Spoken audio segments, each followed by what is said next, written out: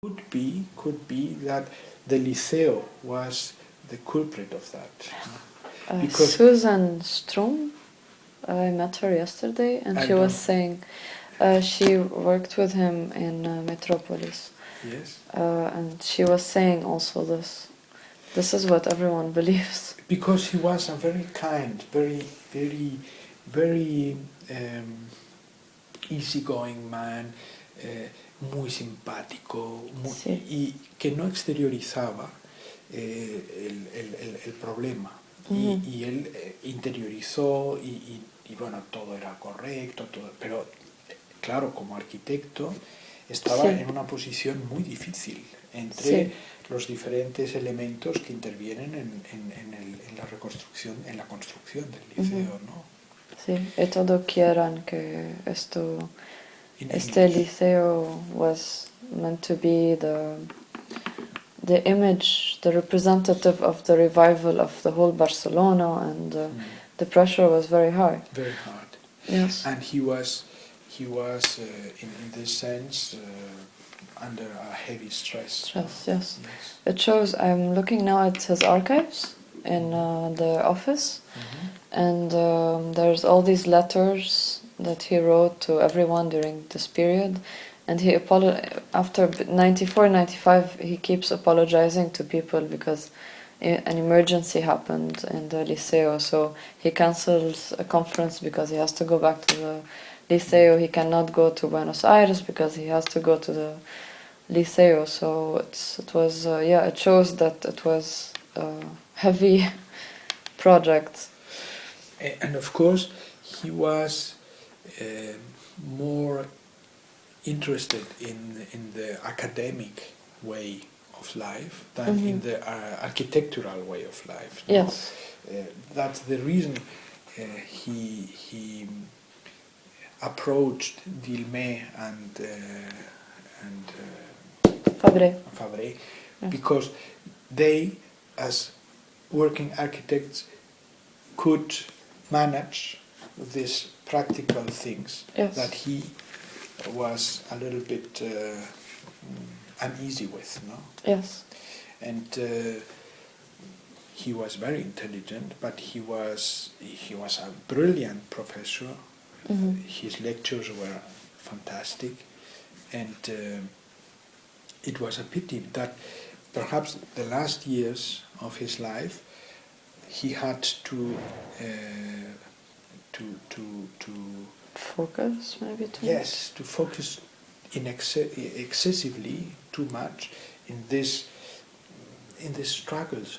The architect is a very strange business. Yes. Very strange, because I am a photographer, and I understand very well what the sufferings of Ignasi, because myself as a photographer, o sea, yo soy profesor de fotografía y soy fotógrafo. Sí. Pero no soy fotógrafo de publicidad o de moda, o de coches, o de fotógrafo comercial. Yo he trabajado para arquitectos, puedo satisfacer su demanda, pero no me interesa la esclavitud que supone integrarme como fotógrafo comercial en una rama, en una dedicación, en una manera de dedicarme a la fotografía que es esencialmente mercenaria. O sea, es soldado de fortuna, ¿no? Sí. Entonces, claro, como fotógrafo comercial yo hubiese ganado mucho dinero, pero hubiese perdido el alma. Sí. Es decir, hubiese perdido mi independencia. Entonces, yo creo que como arquitecto puede ocurrir algo parecido. Es decir, como arquitecto tú tienes, hay un Moneo, hay un Sisa, hay un, no sé, Herzog de Merón, pero el resto, la inmensa mayoría de arquitectos tiene que contemporizar, hacer concesiones, no les dejan hacer lo que quieren, tienen que estar contentando al cliente, ¿no? Sí, sí. Entonces, en ese sentido, Ignasi, en sus últimos años de vida, renuncia a una parte muy importante que es sobre todo su independencia y su dedicación al estudio, a la investigación, a las clases, la docencia, ¿no? Sí. Y eso renuncia y se lo dedica al liceo. Sí. Y el liceo es, de entrada, esta es una enseñanza muy importante, yo hace 2 meses cumplí 60 años, entonces tengo 60 años, entonces veo las cosas pasadas, ¿no? Sí. De una manera muy distinta de cómo se ven cuando las tienes por delante o todavía no las has vivido. Entonces, Ignasi, cuando yo digo, el liceo le costó la vida, me estoy refiriendo, a lo mejor no, a lo mejor su infarto tiene un alto condicionamiento genético. Sí, no sí, lo sabemos, sí. Obviamente no Sí, lo sí. sé. Sí, De pero hecho, lo entiendo. Manuel vivió más que él. Y bueno, yo creo que había ahí un factor de estrés muy importante, ¿no? Sí. Entonces, ¿qué pasa? Que de entrada el liceo es algo muy atractivo, algo muy, muy, muy dulce. Sí. Pero a medio plazo, largo plazo, te puede quemar, te puede destruir, porque estás luchando con personajes muy siniestros, muy terribles. Es decir, el gerente, por ejemplo, del liceo, era un personaje terrible. ¿Qué? El gerente. ¿Qué es el gerente, el director económico. Okay. El director económico. Pero esto es off the record. Yes. Don't worry. Era un personaje Sí, tremendo, no se puede decir. tremendo. Sí. Era un personaje con el que los arquitectos nazi tenían que estar luchando constantemente, porque el gerente, a su vez, el gerente vendría a ser el director económico. Okay. El director no es el director artístico, no es el que programa, sino el que gestiona la economía. Sí. ¿No? Esta gente son siempre terribles. Claro. Sí. Claro. Entonces ese es un poco el problema, ¿no? Un arquitecto que construye habitualmente está acostumbrado a pelearse con estos personajes. Sí. Y bueno, pues... no lo tiene personalmente. Justo, exacto. En cambio, un profesor que además le interesa el trabajo intelectual, etcétera, pues se lo toma de otra manera, ¿no? Sí. Y además te haces profesor porque así tienes una vida tranquila. Sí. Es decir, hay Sí, que no quieres hacer con esta gente. Claro. Sí. Es interesante porque yo creo que lo ha escrito, no sabemos a qué año. We don't know exactly what year he wrote it, but it's evident that before 94 he was thinking about it, and in 94 it was done. So I'm guessing it was 92, 93. It must be, because he was done with it by 94. It was published. Yeah. And 93 he writes the report of the Liceo at the same time. And he writes, but what was interesting is that he was working on different layers in his mind. That one was about Terrain Vague, one was about the Liceo, but there was also many others. Like he was writing about the metropolis, he was writing about more historical notions, and there's like a set of texts that he was interested in publishing them, republishing them, representing them in lectures and so on. So there was it was a heavy period. He was all over the place. Also in '94, he gave the lecture in Montreal about terrain vague, and then he gave it in Buenos Aires, and then he gave it in many places all over the world. So it was.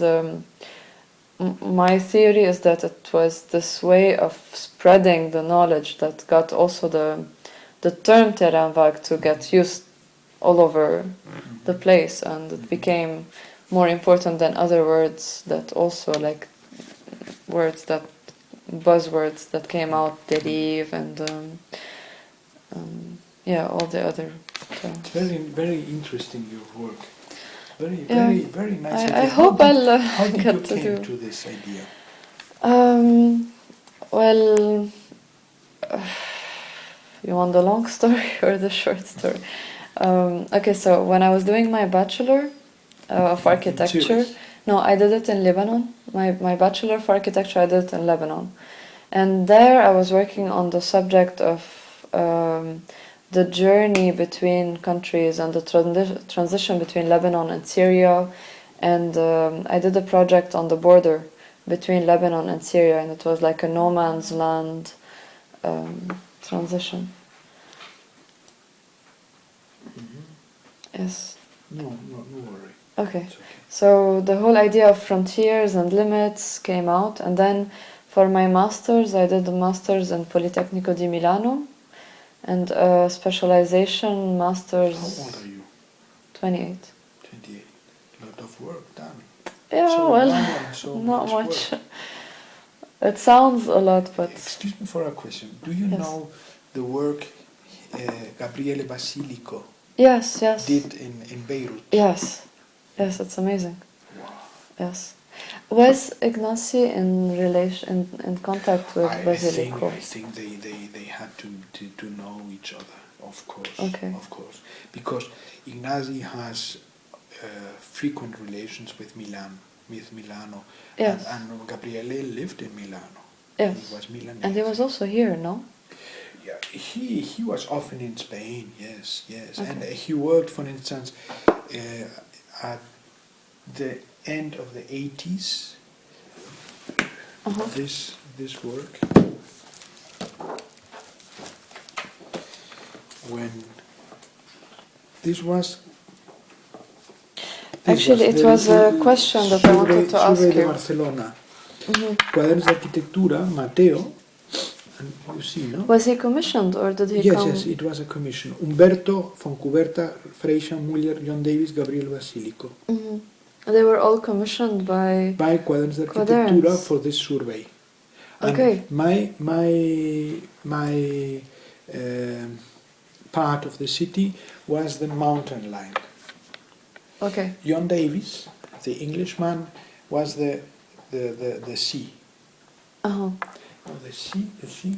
You can follow it in Quaderns. Okay. In Quaderns you will Yes. see it. And And, Gabriele was at least Was it Mateo? José Luis Mateo. Okay. Yes. He was the director of Quaderns in those years. Okay. And this part is no Yes. this. And Gabriele was in Barcelona, and Okay. I'm sure he met Ignacy earlier or later. Okay. Do you know if Ignacio was in contact with other photographers? Of course. Can you give names? Ferran Freixa, for instance. Okay. Perhaps Luis Casals. Luis Freixa. Yes, can you please write it? Of course, Ferran. And Luis Casals.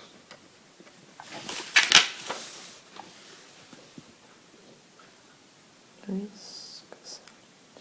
Okay. In any case, I would say, but look, Actually, no. Perhaps the photographer who was more in contact with him could be Manel Esclusa. Could be. Because Manel, yes, Okay. I think, Ignasi was an academic. He was a writer, he was a professor, but he was not an architect in the sense of he was the architect of the Liceo, but he did some small his projects, duties, but not really. yes. That was yes. Yes. Uh-huh. So in this sense, las posibilidades de relacionarse con fotógrafos de arquitectura eran escasas. Es decir, él se relacionaba, probablemente nos conocía a todos, pero conocía a fotógrafos, pero como interesado en la cultura, no profesionalmente, porque él no tenía realmente necesidad del servicio profesional de un fotógrafo. Sí. Entonces es probable que no los conociera. Okay. Manuel sí era un fotógrafo, necesitaba fotógrafos. Ignasi no necesitaba fotógrafos. Okay. ¿Y por qué Esclusa? Esclusa, porque Esclusa, claro, los fotógrafos hay in photography you can meet two types. The professional and artist. Okay. And Ferran Freixa has an artistic body of work. Luis Casals no. Okay. Manuel Esclusa is more artist than professional. Okay. And did they do photography that was related to Terranvag? Or was any of their work... Myself. Yes, okay. But they, no. No. Okay. No. I would because the people he mentions in his text, you are mentioned in the text, but not any other... I don't remember any other names that are Spanish. Because I was a very strange case here in Spain. I was interested in this sort of anomalies that were considered anomalies, but actually they were very normal and very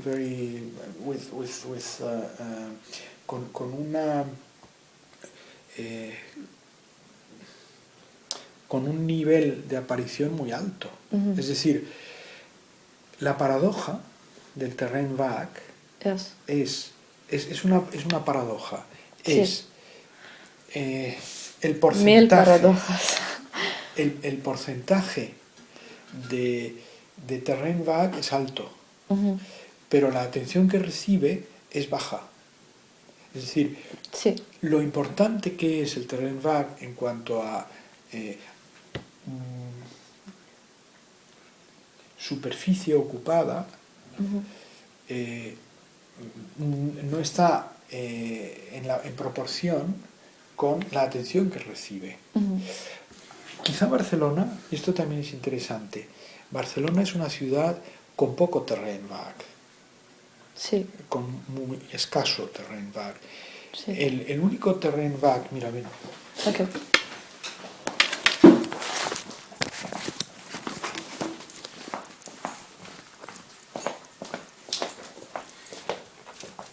El terrain vague que hay en Barcelona en los años 80 es este. Sí, antes de antes de las Olimpiadas. Sí. Luego hay también terrain vague de otro tipo aquí, pero esto es antes de la gentrification. Esto es casco antiguo y aquí lo que hay es lo que ocurre, por ejemplo, en Detroit, mucho peor. En Detroit es mucho peor, pero está ocurriendo de alguna manera también aquí.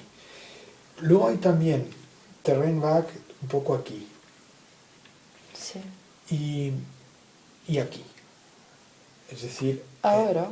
en Cornellá y en Hospitalet, es decir, las zonas, es decir, en la periferia. Entonces hay una periferia, por ejemplo, en Santa Coloma. Estaba aquí. Tú has estado en Hospitalet, ¿no? Sí, una vez porque I mixed. I thought my friends were there. They were actually here. You, Yes. and you were going to the wrong, Yes, the wrong because direction. the name of the street was the same, and my Oh, that GPS happens. said Yes. it's there, But so I it went there. was here, no? Yeah, I was walking here, and I didn't know what I was. Nice, no? Well, yes, it was a good opportunity so to see you the knew that, no? place. And this was Terreinwag. This was Terreinwag also here, no? Around, and Yes. here, and here, for this one. Yes. There's an exhibition you must visit. It's a projection, actually. Pictures in the 60s and the 70s from la periferia de Barcelona. I will write it to you. Is it the one in the... Museo de Historia de la Ciudad. Museo de Historia de la Ciudad. Okay. Muba. Sí. Muba? Have you seen that? No, I was It's there. there and I missed it.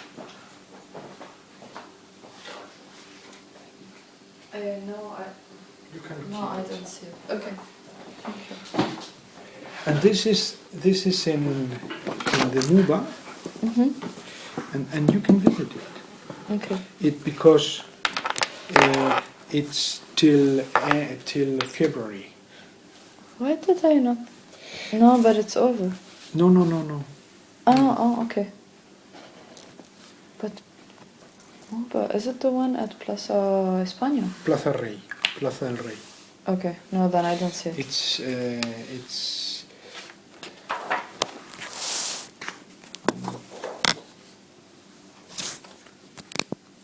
here.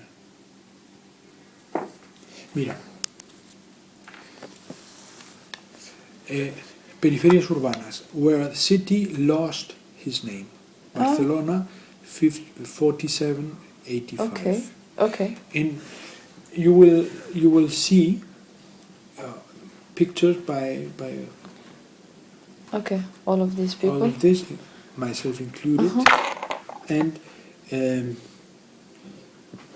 it's very nice. Okay, yes, I'd love to. Because you will have an impression of those Terreinwag Okay, yes. that were all around the city. Okay, that's great. It's very Perfect. easy. It's I will find it. It's no problem. you have Plaza San Jaume, Okay. where the Generalitat. Then here.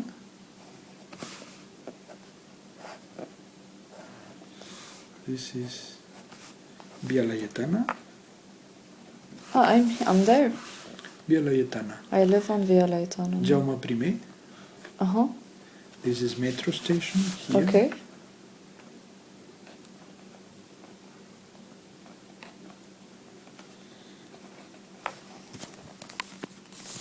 And it's right here.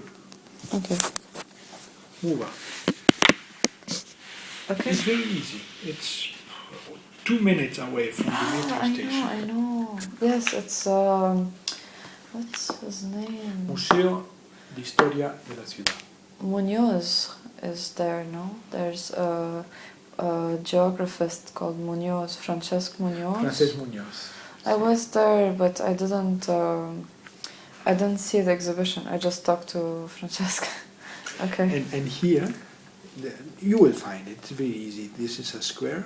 Una Yes, plaza, this is where and this is the the Scalas de Columbus, no? Okay, no, but I understand. No, but I understand where it is. Really? I lived there. Here. This is Via Laietana. It's Museo de Historia de la Ciudad. Sí. Here. Okay. Sí, porque vivo aquí. Perfecto. Sí. Te va a gustar mucho. Te va a gustar mucho. And so you will have an idea. Yes. When Ignacy has this feeling of terrain-vague, the terrain-vague he has in mind are this. Okay. There's a very, very important terrain-vague in Barcelona. Excuse me. Okay, no, it's fine. Just hope I...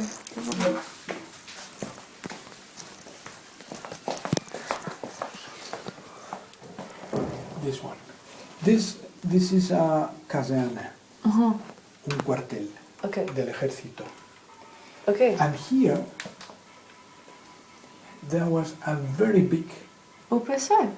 la UPC. There was a very, very big terrain-vague I see. here, and this is the palace.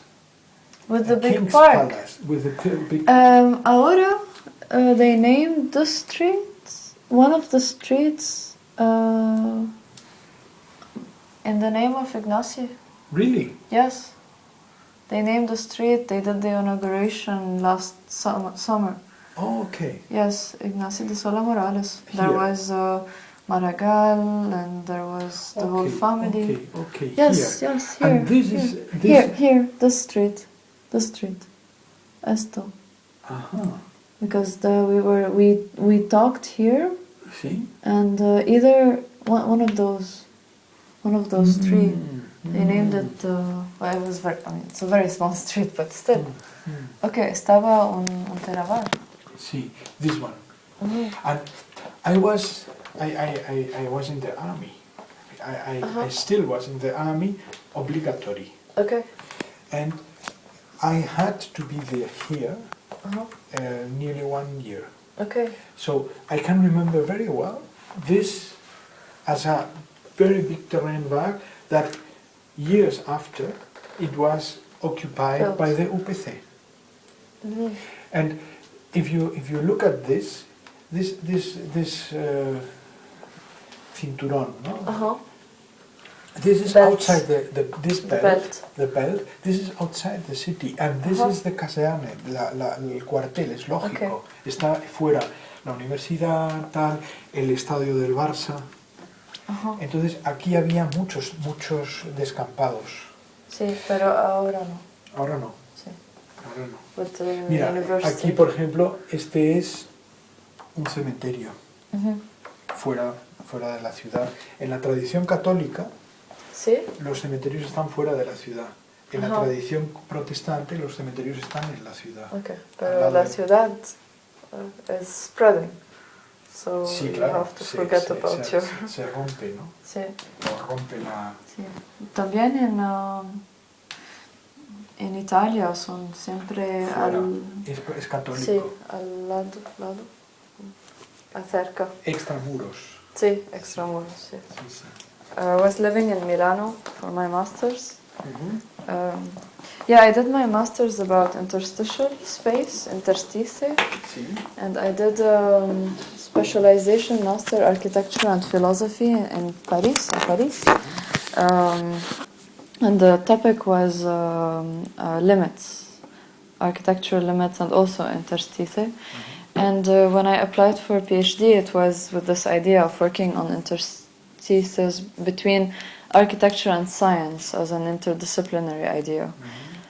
With time, it transformed more into terrain-vague because I was interested in more in terrain-vague than interstitial space. And after doing a lot of trials, like for 1.5 years, I was trying everything.